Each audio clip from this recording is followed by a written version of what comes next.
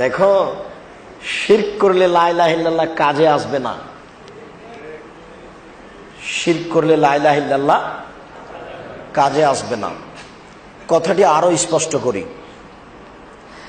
আবু যার গেফারি রাদিয়াল্লাহু তাআলা আনহু বলেন, আতাইতুন নবী সাল্লাল্লাহু আলাইহি সাল্লাম নাই মওলা আজি সাবুন আবিয়াজ।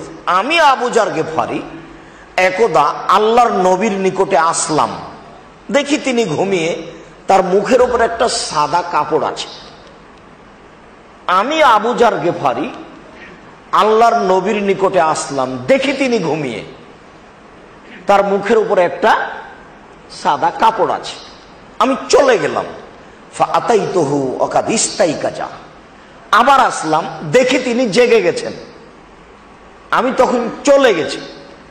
ঘুমের মানুষকে উঠাতে হয় না, জরুরি না হলে। তা আমি চলে গেছি, আবার আমি আসলাম, দেখি তিনি জেগে গেছেন।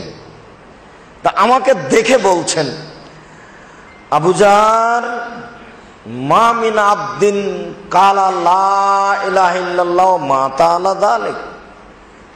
যে কোনো পুরুষ, যে কোনো নারী, হিন্দু, মুসলমান, বৌদ্ধ, খ্রিস্টান, যে কোনো পুরুষ, যে কোনো নারী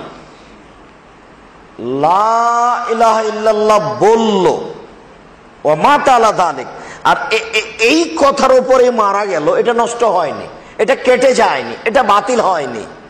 তিনি বলছেন যে এইটার উপরেই মারা গেল, ও মা তাআলা যালিক। শুধু যদি বলতেন যে ফামাতা, তারপর মারা গেল, জান্নাতে চলে গেল, তাহলে একটা কথা ছিল, কিন্তু এইভাবে বলেননি। তিনি বলছেন যে মা তাআলা যালিক, এই লা ইলাহা ইল্লাল্লাহর উপরেই মারা গেল, তার মানে এটা নষ্ট হয়নি, এটা কেটে যায়নি। ফাদাখালাল জান্নাত, তাহলে সে জান্নাতে চলে গেছে। এই পর্যন্ত আল্লাহর নবী বলতেই আবু যার গেফারি রাদিয়াল্লাহু আনহু চুপ থাকলেন না। উনি বলছেন যে কেমন হলো? ওয়াইনসানা ওয়াইন সারাকা, চুরি করলে জেনা করলেও যাবে? আল্লাহ রাসূল বলছেন ওয়াইনসানা ওয়াইন সারাকা, চুরি করলে জেনা করলেও যাবে। আবু যার গেফারি বলছে ওয়াইনসানা ওয়াইন সারাকা, চুরি করলে জেনা করলেও যাবে?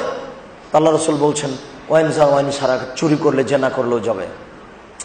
ওয়াইনসানা ওয়াইন সারাকা, চুরি করলে জেনা করলেও যাবে। আল্লাহ রাসূল বললেন ওয়াইনসানা ওয়াইন সারাকা, চুরি করলে জেনা করলেও যাবে।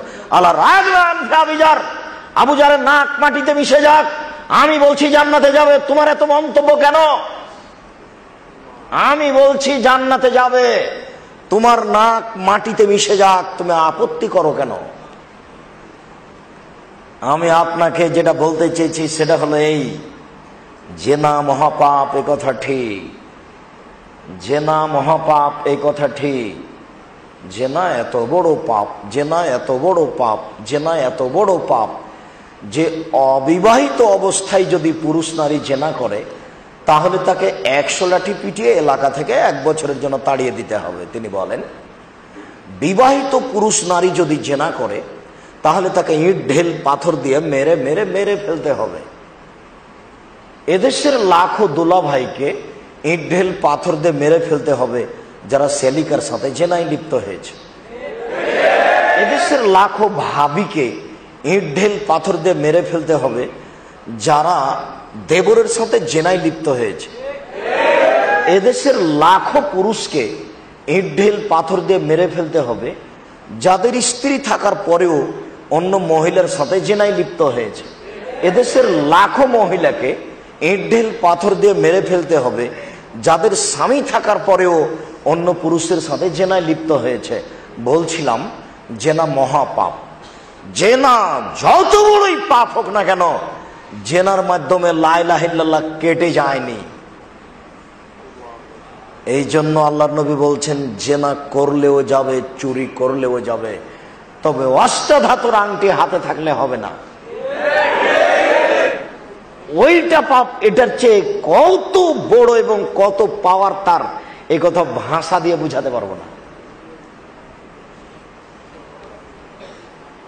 তিনি বলেছেন লাওয়াশরাকু লাহাবাতানহুম মা কানু ইয়ামালুন, মানুষ যদি শিরক করে তাহলে তাদের আমল বাতিল হবে। মানুষ কেন, লাইন আশরাকতা লা ইয়াবাতান আমালুক, আপনিও যদি শিরক করেন মুহাম্মদ, তাহলে আপনার আমল বাতিল হবে। মানুষ তো বহু দূরের কথা।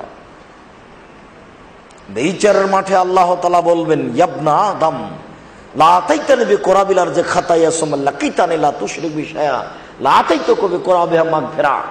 এই আদমের ছেলে মেয়ে শোনো, বিচারের মাঠে আল্লাহ তাআলা বলবেন, এ আদমের ছেলে মেয়ে শোনো, তোমরা আজকে বিচারের মাঠে উপস্থিত হয়েছো আকাশ জমিন পরিমাণ পাপ নিয়ে। তোমাদের পাপ আর পাপ, পাপে আকাশ জমিন পরিপূর্ণ হয়ে আছে। আমিও সেই পরিমাণ ক্ষমা নিয়ে উপস্থিত হয়েছি। যদি তোমাদের শিরক না থাকে, তোমাদের পাপ যত আমার ক্ষমা তত, তোমাদের পাপ যত আমার ক্ষমা তত, তোমাদের পাপ যে পরিমাণ আমার ক্ষমা সেই পরিমাণ। যদি শিরক না থাকে, যদি শিরক থাকে তাহলে আমার ক্ষমা কাজ করবে না, তার মানে আমার ক্ষমা হবে না। তোমার পাপ যত আমার ক্ষমা তত, তোমার পাপ যেই পরিমাণ আমার ক্ষমা সেই পরিমাণ, যদি শিরক না থাকে। লা ইলাহা ইল্লাল্লাহ কেটে যায়নি, এই অবস্থাতেই মারা গেছে, তাহলে সে জান্নাতে চলে গেছে। একবার চুরি করলে এক হাত কাটা যায়, আরেকবার চুরি করলে আরেক পা কাটা যায়, আরেকবার চুরি করলে আরেক হাত কাটা যায়, আরেকবার চুরি করলে আরেক পা কাটা যায়। 4 বার চুরি করেছে, হাত পা কিছুই নেই, এরপরেও জান্নাতে যাবে, তার লা ইলাহা ইল্লাল্লাহ কেটে যায়নি। কিন্তু মানুষ যদি দিবস পালন করে তাহলে লা ইলাহা ইল্লাল্লাহ কেটে গেছে। মানুষ না বুঝেই কবরকে সম্মান করে, না মানুষ না বুঝেই মরা মানুষের কাছে বাচ্চা চাই, মানুষ না বুঝেই পীর সাহেবের কাছে বাচ্চা চাই। মানুষ আল্লাহকে চিনে না, চিনার প্রয়োজনও মনে করে না। মানুষ আল্লাহকে চিনে না, মানুষ চিনার প্রয়োজনও মনে করে না। আল্লাহ যে কোরআন মাজিদে কতবার বললেন যে আমি গাফুর, আমি ক্ষমা করতে পারি, আমি রাহিম, আমি দয়াশীল, কতবার যে বলেছেন। তোমরা কেন চিন্তা ভাবনা করো না? কেউ যে পড়ে না কোরআন মাজিদ, কেউ পড়ে না, পড়লেও বুঝে না, বুঝার চেষ্টাও করে না। পেটে বাচ্চা আসার সাথে সাথে যে বলছে যে ইঞ্জিনিয়ার করব, শয়তান বানাবো, কেউ যে একটু ভাবে না। আল্লাহুস সামাদ। অথচ কোরআন মাজিদ মানুষের বাড়িতে আছে। কোরআন মাজিদ কেউ